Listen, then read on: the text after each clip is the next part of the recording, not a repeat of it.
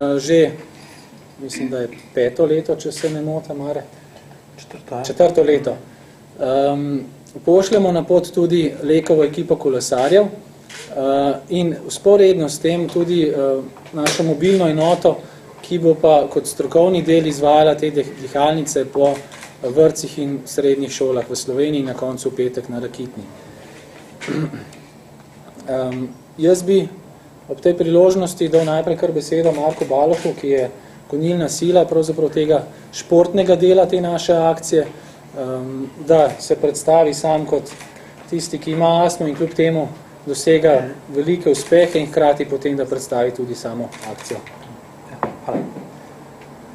Hvala. Ja, na kratko, jaz sem, kot si povedal, sem astmatik, to smo nekje pogrunta že v osnovni šoli, ker smo pojavili kar nekaj teh hudih napadov, tem je zadeva potihna, oziroma se skrila. Od srednje šole pa nekje do 35 leta sploh nisem imel problema, sem že pozabil na to. Potem se je pa zadeva ponovila, kar bo tudi zdravnik povedal, pač to mi tudi pozorili, da se mi lahko ponovi in se je. Takrat pa malo dosti blažje oblike, tako da jaz sem nekaj tudi iz tega izhajajo tudi te vse naše akcije, pač predvidevam, no, da je tudi šport meni zelo pomagal, pri tem pač ključna kapaciteta se mi je toliko povečala, da nekih takih hudih napadov kot v mladosti nisem imel tisto, da bi se bal, da bom pač umrl, ker nisem mogel dihati. Zdaj, dokaj smo mi skupaj prišli z akcijo dobrodelnih spiningov, ko smo ga začeli pa že, mislim, 6 let nazaj. Potem je pa pač pri 4 leti smo pa začeli s tole akcijo okoli Slovenije, kjer pač poskušamo po teh vrtcih osnovnih školah, tudi smo bili že kar precej pa srednjih šolah predstaviti, predvsem vsaj z mojega vidika to, da je šport sam pozitiven tudi za astmatike, ne samo za astmatike, se pravi, lahko naše delavnice pa se tudi spremljajo tudi normalni oziroma zdravi otroci, ampak pač, da je šport samo pozitivno vpliva na razvoj otroka. Tako da jaz lahko svojo izkušnjo tukaj podam, pač, da mi je šport pomagal zelo, da nimam nobenih problemov več. Je res, da jemljem še zmeraj ta zdravila, oziroma ponovno zdaj po tistem premoru, kot sem rekel, kar nekaj let. Tako da jaz sem nekako, kaj pa imam alergik, tako da imam največje probleme s pomladi, tam od februarja pa do junija, julija, odvisno do kdaj ta cvetenja traja. Takrat pač jemljem to terapijo in načeloma ne bi smel imeti problemov. Je pa res, da moja pljuča so še zmeraj kar precej občutljiva, tako da v kakih zelo ekstremnih pogojih, kot je bilo lani na dirki okoli Slovenije, recimo, takrat se pa še lahko zgodi, da se mi zadeva dosti poslabša, pa tudi kdaj pride do kakšnega odstopa, recimo to je edin taka manjše posledice tega, da sem astmatik, pač da so pljuča bolj občutljiva. Drugač pa letos, kot smo rekli, 4. gremo. Letos smo malo spremenili smer, prej smo šli vsako leto nekako bolj v Prekmurje, na severovzhodni konec Slovenije, pa rekli pač, da bi malo šli na drugo konec, ker smo že pač vse šole na onem koncu obdelali, pa zelo velik. Tako da letos gremo pa prvi dan do Kranjske gore, jutri gremo čez Vršič do Nove Gorice, potem iz Nove Gorice do Postojne, s tem, da bomo naredili kar en mečkan krog, smo šli malo še na Primorsko, se pravi mimo Debelega Rtiča, ker je tudi eno zelo znano zdravilišče, prav za astmatike. Zadnji dan pa, kot je rekel Milan, končamo, se pravi iz Postojne pridemo na Rakitno, tam izvedemo še po dihalnico, verjetno še ena tiskovna konferenca, pa to bo to. Tako da letos nekje nas čaka 430 km, kar je mene taka zelo Neč posebnega, recimo bolj za Lekovo ekipo je to kar dosti velik zalogaj, zame pa to je en tak ključen trening, pa fajn družba. Tudi ena koristna zadeva, pač, da bomo malo predstavljali dejavnosti društva in upam, da ozaveste še kakšnega otroka, pa starše predvsem. V mojih časih je zelo veliko staršev otrokom pisalo pravičila, če so astmatiki so naj ne hodijo na telovadbo in tako naprej, tako da mojih sreč niso bili take, tako da smo jih pustili tudi v razne športe. Tako sem tudi prestal v kolesarstvu. In jaz mislim, da je treba sam spodbujati starši in otroke, pač, da se odločijo za kakšen šport in da potem vztrajajo. Pač, je pa treba najti šport, ki ti je všeč. Kaj enkrat najdeš tak šport, ki ti sede, oziroma meni je kolesarstvo še zmeraj najlepši šport na svetu, verjetno bo zmeraj tako ostal, potem pač vztrajaš in nobena zadeva težka, tudi 24 ur prevoziti, v 24 ur 200 km ali pa letos je pa glavni cilj Ram spet na dirka čez Ameriko, tako da to malo uspod. Tako da čez en mesec dobro se podam spet v Ameriko. To je bilo na dolgo, ni bilo toliko na kratko. Hvala, Marko. V društvu vedno poudarjamo tudi, ko pristopamo do otrok z astmo in staršev, dobro sodelovanje z zdravniki, ki je pomembno, zato bi povabil kolega zdravnika Uroša Krivca z pediatrične klinike da nam pove, kako je z njihove strani obravnavana astma. Ja, hvala za besedo, lep pozdrav vsem skupaj. Zelo sem vesel in hvala za tak lep opis, gospod Baloš, kot ste povedal. Namreč bolezni dihal so za razliko od drugih bolezni, predvsem naprimer bolezni srca, večkrat med ljudmi nekoliko zapostavljene in jih ima tisti, ki jih ima pač sam in sam z njimi živi. Tako da ta opis, ki ste povedali, resnično je tak lep primer, kako lahko človek s to boleznijo nekako zaživi in jo premaga in živi povsem normalno življenje. Moramo se na nek način zavedati, da je astma najpogostejša kronična bolezen pri otrocih. In v Sloveniji ima po nekako oceni astmo res tam nekje preko 10% otrok, kar zna v določenih okoljih recimo pomeni, da imajo tudi 3 otroci v enem razredu astmo. Tukaj seveda lahko danes z načinom zdravljenja zelo dosti pomagamo. Cilj nekako sodobnega zdravljenja astme je, da otrok nima popolnoma nikakršnih težav, da zaradi astme ni v nobenem pogledu oviran. Tako da res nekako cilj je v tem, da lahko otroci tečejo, imajo kakršnokoli telesno aktivnost in zaradi tega ni potrebe, da bi imeli opravičilo, da ne morejo sodelovati pri telesni vzgoji. Je pa seveda to samo en del zdravljenja in pač zdravstveni sistem ali pa recimo zdravstvo lahko tukaj en kamenček doprinese. Take stvari, kot so danes, pa javna nekako ozaveščenost o tem, kaj astma je, pa kaj lahko vsak, ki je v to vpleten, naredi, je pa zelo pomembno še, da pokrijemo še z drugih stališč ta problem. Recimo, da se zavedamo, kako pomagati posamezniku v šoli ali pa v vrtcu, da vemo, kje lahko starši poiščejo še druge informacije, kakšni so načini, kaj je za take otroke primerno in kaj ni. Seveda so to stvari, ki se jih ne da strniti v par besed ali po neki stavku, ampak vsekakor je informacij na tem področju precej in veseli smo, da jih lahko širimo tudi na ta način. Hvala lepa. Zdaj bi pa poprašal kar Alenka Dovžan, pravzaprav bi jo prosil, če z nami deli svojo izkušnjo kot vrhunske športnice za astmo in morda tudi sedaj kot mame, kako skrbi za otroke svoje za astmo, oziroma da nimajo preventivno ukrepa v tej smeri. No, jaz bi lepo vse pozdravila, verjetno, da marsikjer te informacije sploh do zdaj ni imel, da sem bila jaz pač astmatik. Pri meni je bila zgodba, kar bom rekla, dosti podobna kot pri gospodu Balohu. Nekako isto, jaz sem trenirala zelo dolg časa gimnastiko in to je bilo do mojega 12. leta in te telovadnice so bile blazno prašne in sem imela zelo velike težave kot tudi alergik, poleg tega na hišni prah in na delodetrav, tudi alergije. Tako da sem bila skozi stalno bolana in me je mama vozila na preglede in nekako se mi to zdi danes zelo pomembno in tudi zelo fino, da obstajajo že razna društva, tako kot je tudi astma in šport, da seznanja ljudi s to boleznijo, ker se da popolnoma dobro živeti s tem, če si dosti osveščen, pa da imaš pravilni pristop. Pri meni se je zgodilo to, da sem bila v bistvu, bom rekla, v življenju siguren 100-krat že na antibiotiku, da so mi v bistvu samo prepisovali antibiotik na antibiotik in nekako ni bilo nič boljše. Tako da, kasneje sem pa začela smučati, se je pa stvar zelo, zelo dobro pokazala, da sem bila tukaj na svežemu zraku in nekako nisem imela težav. Je pa res, da verjetno bo tudi to lahko doktor potrdil, da astma se nekako v puberteti malo rada potuhne in jaz nekako nisem imela težav tam do 20. leta. Kasneje pa je pa to spet udarilo ven. Ker 9-krat smo bili v Ameriki, začetek turneje se začne v Ameriki in jaz sem čist vedno prišla z Amerike domov z bronhitisom in z raznim anginam pa tako naprej. In sem imela velike težave raven s tem, ker je suh zrak, velik napor, posebej na tekmah, ker je daljša proga in nekako ne dobiš dosti kisika v mišice in enostavno sploh nisem čutila nog. Tako da bom rekla, sem imela pozitivne pa tudi precej negativnih izkušenj raven zaradi tega, ker pač niso bili takrat še tudi ne trenerji toliko osveščeni pa tudi pripravljeni nekako prisluhniti temu.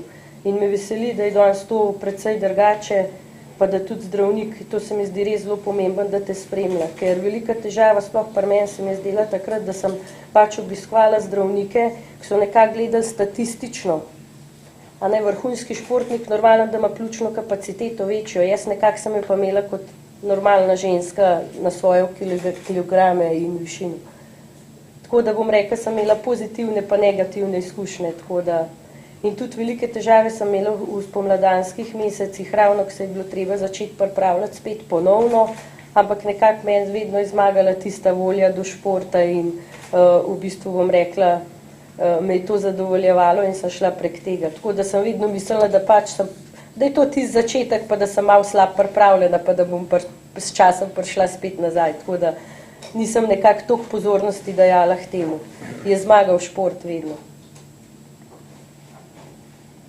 Hvala lepa. Zdaj bi pa predal besedo predstavnici Leka, Katarini Klemenc. Izvolite. Najlepša hvala. Kot je že dr. Krivic prej omenil, gre za eno najpogostejših nalezljivih bolezni. Nažalost, podatki govorijo tudi o tem, da je to bolezen, ki stalno narašča. Po nekaterih podatkih naj bi bila kronična obstruktivna pljučna bolezen do leta 2020 tretji najpogostejši vzrok smrti pri ljudeh. Zakaj je to področje za nas kot farmacevtsko družbo pomembno? Predvsem iz dveh vidikov. Prvi je vsekakor omogočiti bolnikom dostop do kakovostnih in cenovno dostopnejših generičnih zdravil. Drugi pa je, in zaradi tega tudi to večletno sodelovanje z društvom, preventiva in osveščanje tako bolnikov kot tudi njihovih družin. Sando, katerega del smo tudi mi, je med 5 vodilnimi svetovnimi generičnimi družbami na tem področju in z nakupom ameriške družbe Oriel Therapeutics si pravzaprav pripravlja nekako pozicijo, da bo postal vodilni na tem področju.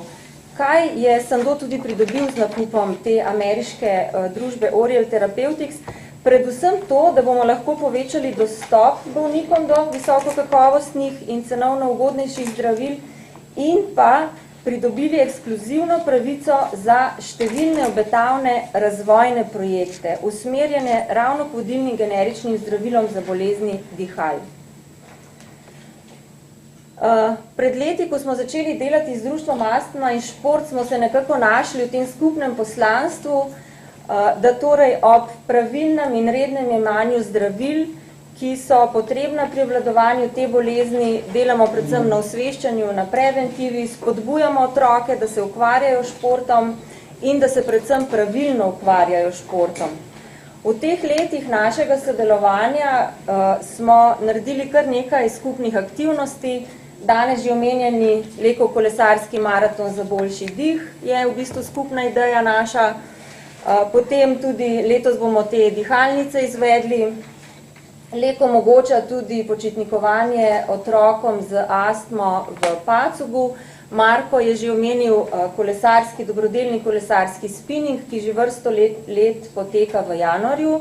V letošnjem letu smo pravzaprav zbranim 2000 evrom, ki so jih prostovoljci, ki so kolesarili, zbrali, v Leku dodali še 2000 evrov in tako omogočili vsaj 30 otrokom z astmo brezplačne počitnice. Poleg tega podpiramo društvo tudi pri mesecu plavanja in še pri nekaterih drugih aktivnostih. Ob vsem tem se seveda postavlja tudi vprašanje, kako pa Lekovci sami skrbimo za svoje zdravje. Tukaj lahko s ponosom in z veseljem povem, da imamo zelo aktivno Lekovo športno-rekreativno društvo, v katerega je vključeno kar nekaj 100 naših sodelavcev, imamo prek 10 različnih sekcij, kolesarstvo je samo ena izmed najbolj množičnih, imamo pa tudi take, kot so na primer potapljanje in tudi kaj bolj eksotičnega. Ker menimo seveda, da zdravje izhaja najprej iz nas samih in da kot farmacevtska družba smo pravzaprav nekako dolžni skrbeti tudi za svoje zdravje, se precej aktivno ukvarjamo z športom v prostem času. Zahvaljujem se Marku, da je tak motivator naše kolesarske ekipe, naših 13 lekovcev, nekaj se jih bo že 4. podalo na pot, in pa seveda tudi Milanu, predsedniku društva, da pravzaprav že vrsto let vodi te aktivnosti in pomaga pri osveščanju slovenske javnosti o tej bolezni in o aktivnem in kakovostnem življenju s to boleznijo. In verjamem, da bomo skupaj lahko naredili še precej dobrega. Hvala. Hvala lepa. Če dovolite za konec, samo še nekaj čisto praktičnih nasvetov, ki jih želimo sporočiti staršem ob tem, ker je naša tema, moj otrok ima astmo, kako si lahko pomagajo pri težavah, akutnih težavah, morda kako ravnati zdravili, če poudariš je potem zdravnik krivec, ampak z našega vidika kot nevladne organizacije morda lahko z neke druge strani pristopamo k bolnikom.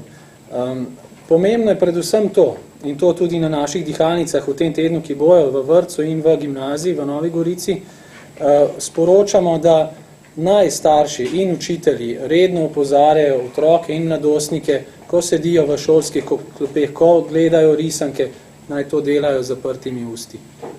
Kajti, če ima takrat otrok odprta usta, prikrito hiperventilira, nekaj zraka gre tudi skozi usta. To pomeni, da se zrak ne očisti, ne navlaži, nos ima še en kup drugih funkcij, v katerih zdravstvo lahko več pove.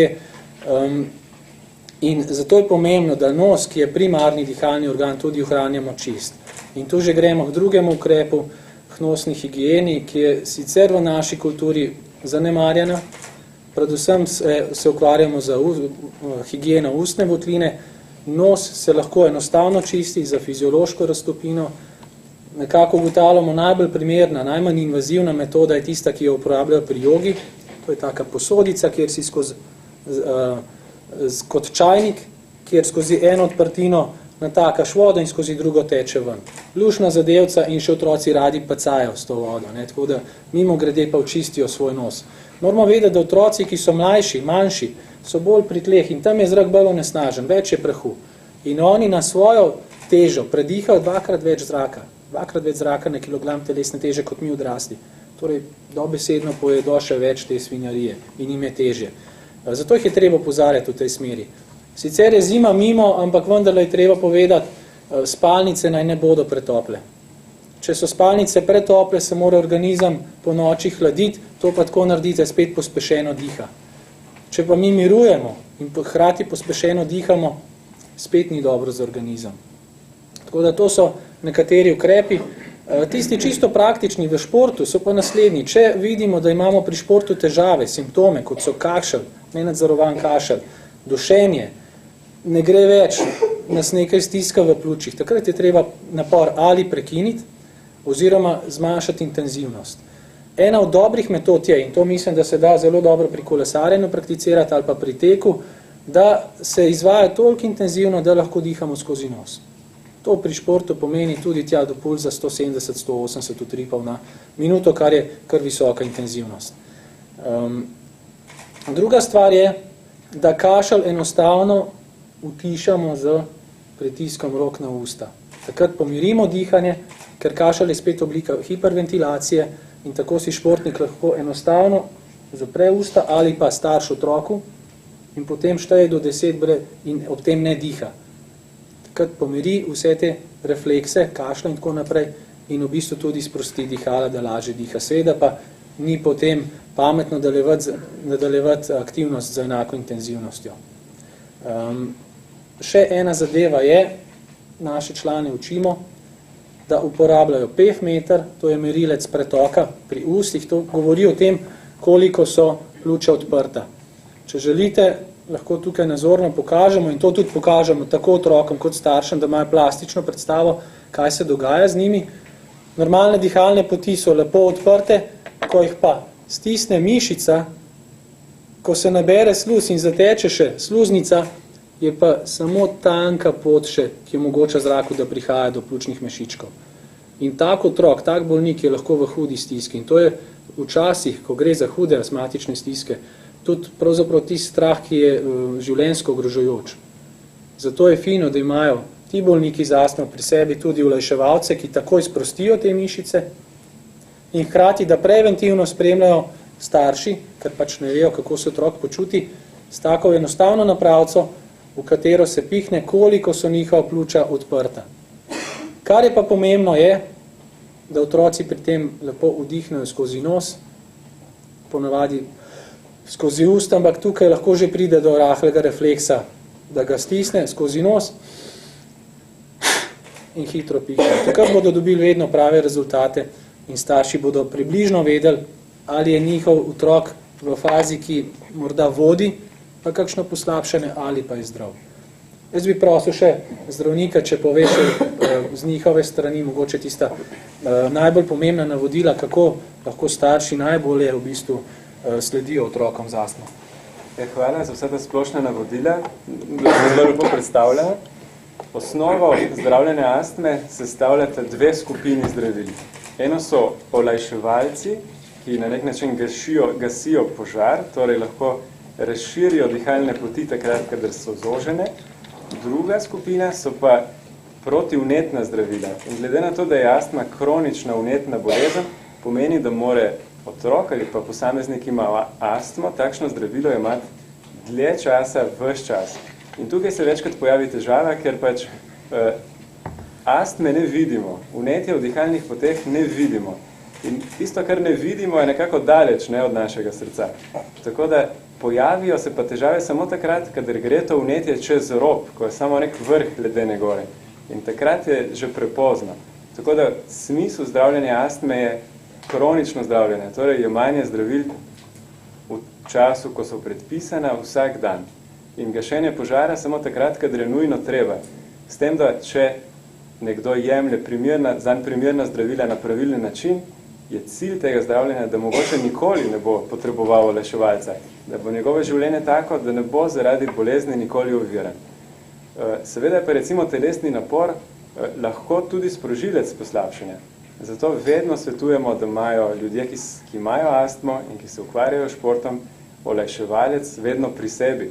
Ne pomeni, ga imajo doma spravljenega v omari na varnem, ampak dejansko v torbi, ki jo imajo pri sebi ob športni aktivnosti, ker jih bo to zdravilo lahko na nek način v resnici rešilo, če bo imeli težave. In to velja tako za otroški vrtec, kot za šolo, kot za telovadnico. Skratka, ljudje, ki imajo te težave, starši otrok s takimi težavami, vsekakor je pravilno, da opozorijo učitelje, vzgojitelje, moj otrok ima astmo, mogoče bo potreboval to zdravilo. In ti ljudje so v veliki večini primerov izobraženi in vedo, kako morajo zdravila jemati. Tudi otrok nekako po 5-6 letu že lahko ve sam, kako bo vzel zdravila, če je stvar nujna, v vsakem primeru pa seveda toliko star otrok potrebuje nadzor staršev. Merilec pretoka je tudi ena osnovna nekako naprava, ki jo imajo vsi otroci za astmo in poleg tega dobijo še navodila za samo zdravljenje astme, s katerimi si potem starši pomagajo in vedo, če moj otrok pač ima takšen pretok, pomeni, je v takšnem stanju, potrebuje olajševalec, ne potrebuje olajševalca. To so vse stvari, s katerimi se starši seznanijo v pulmološki ambulanti. Hvala. Iskrena hvala. Jaz bi s tem nekako zaključil ta prvi del novinarske konference. Vesel sem, da ste se odzvali v takšnem številu, kajti nam je pomembno, da ta navodila, te praktične stvari, ne nazadnje tudi naše dejavnosti, dosežejo javnost. Mi si želimo v društvu, da ne ostanemo samo v Ljubljani, tudi to je že namen akcije, da gremo malo ven iz Ljubljane, ampak tudi naše redne dejavnosti, da mogoče jih pričnemo izvajati tudi širše v drugih večjih mestih v Sloveniji. Še enkrat hvala lepa, seveda smo pa vsi prisotni tukaj pripravljeni odgovarjati tudi na vaša vprašanja.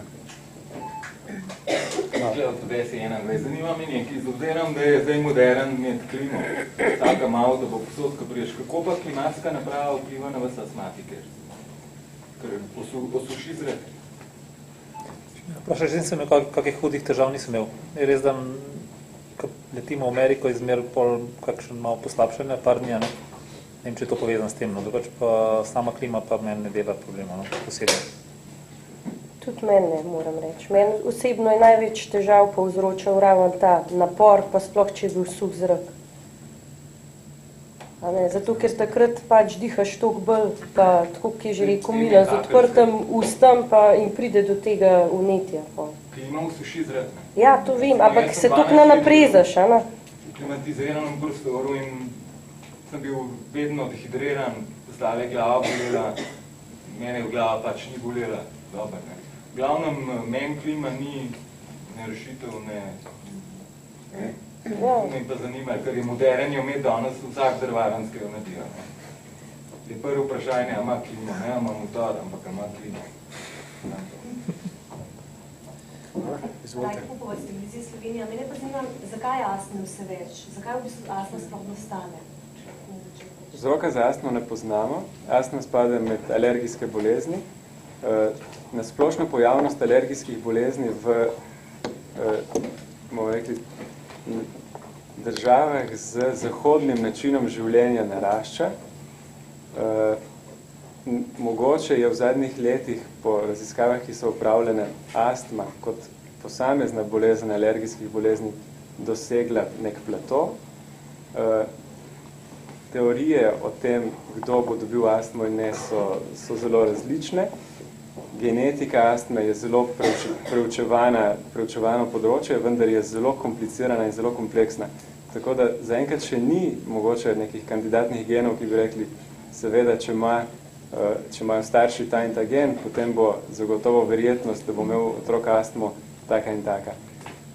Je pa res, da ima približno polovica otrok, oziroma polovica staršev, da se stavim pravilno, polovica otrok, ki imajo astmo, ima starše, ki nimajo povsem nobenih težav. Tako da je genetika en del te zgodbe, vendar so še drugi dejavniki, ki so tudi pomembni in kljub temu, da je bolezen pogosta in zelo študirana, še vedno neraziskana.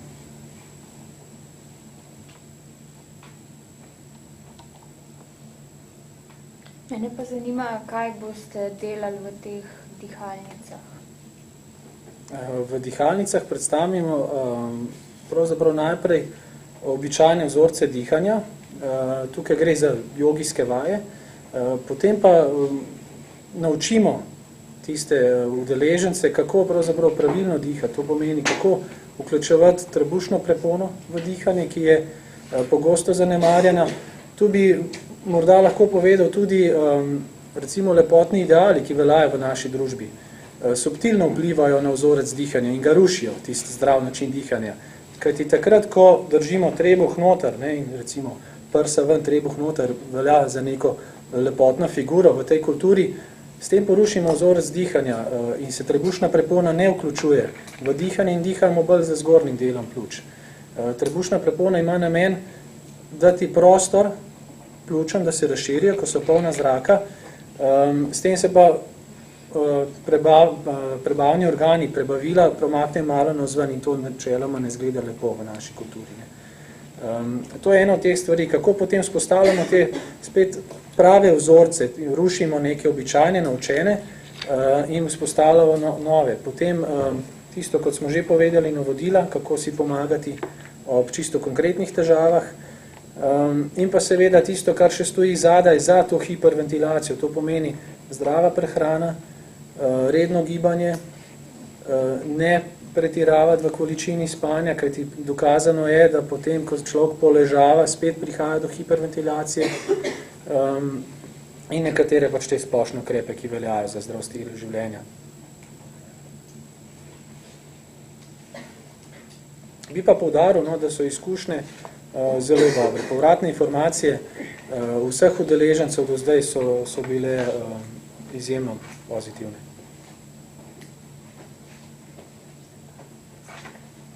Bilo je eno vprašanje za gospoda zdravnika. Koliko težkih primerov astmatikov in kakšen procent, mogoče če veste, se je ozdravilo do danes, oziroma se ozdravi? To je seveda, ozdravi je mogoče beseda, ki je v področju astme težko prav na pravi način uporabimo. Vemo, da ljudje oziroma otroci, ki imajo astmo, zelo pogosto nimajo več težav potem, ko nekako dosežejo tam zgodnjo puberteto, najstniška leta. Vendar, če naredimo dodatne teste, imajo ti ljudje še vedno prisotno to vnetje v dihalnih poteh, nimajo pa simptomov. In sorazmerno pogosto je taka zgodba, kot smo slišali v začetku, da se nekako, bomo rekli, bolezen potuhne, potem se pa spet pojavijo znaki kasneje, mogoče okrog 20-30 leta in so praviloma nekoliko blažji. Vendar moramo se zavedati, da je astma zelo resna bolezen, z velikim razponom. Nekateri imajo resnično majhne težave, mogoče kašelj občasno, občutek tiščanja v prsih, nekateri imajo pa zelo hudo potekojočo bolezen, s tudi življenje ogrožujočimi napadi. Tako da razpon bolezni je zelo velik in nekako bolezen te spremlja lahko celo življenje, ni pa nujno, da imaš vedno tudi vidne simptome. Ko že govorimo o otrocih, za gospoda Klemenca, jaz sem neke ruske študije bral, sicer že pred leti, ampak zelo jasno so dokazovali, da je v otrocih tisto, kar ni delno oziroma gensko, da se ugotavlja, da večji pritisk na otroka, več je astmatikov. A tudi pa nas povezujete, zdaj gre za leta, ko še ne može biti v velikih fizičnih pritiskih za nekaj športa, ampak lahko pa pritisk staršev na otroka povzroči astmo. Ja, to je zelo tudi na nek način težko vzpostaviti pravo razmerje med obema vprašanjama, kajti eden od možnih sprožilcev astme je tudi psihična obremenitev, stres. In seveda nekdo, ki bi imel simptome, ob tem, ko bo bolj izpostavljen takim pritiskom, se bodo takrat pokazali. Zelo pogosto recimo vidimo je, da imajo več težav, recimo otroci, ki živijo v disfunkcionalnih družinah, ki so bolj izpostavljene recimo stresom, ki jih sami ne morejo obvladati. In to je tudi eno področje, kjer lahko s drugimi, seveda morajo imati zdravila, seveda morajo na ta način se zdraviti, ampak njihov sprožilec lahko obvladujejo na nek način sami s pomočjo, tako da se in družina zdravi in sami, da spoznajo načine, eden od njih je seveda tudi šport in ostale stvari, kako si pomagati, premagati to psihično obremenitev. Zanimivo je ta porast, ki ste omenili, kam gre. A porast pomeni, da vedno mlajši otroci zbolevajo, kako se ta porast vidi? Ne, celotna številka se povečuje. Drugače pa je astma v zgodnjem otroštvu je še zelo zahtevno in komplicirano področje. Piskanje v prsih v zgodnjem otroštvu ima zelo veliko otrok. Tudi polovici, recimo otrok do 3. leta bo enkrat ob prehladu piskalo v prsih, vendar velika večina teh otrok ne bo imela astme potem kasneje v življenju.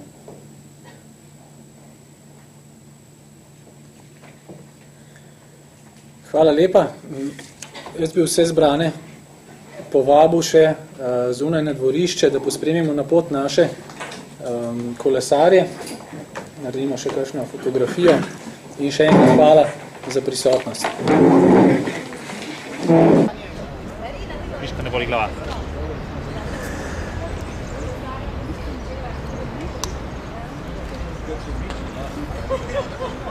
Dopingu pa tega ne postavlja. 10 sekund moraš pol držati. Jaz imam tale še ni, ampak eni imajo pa kortikosteroide noter, ki smo parjaviti zadevo.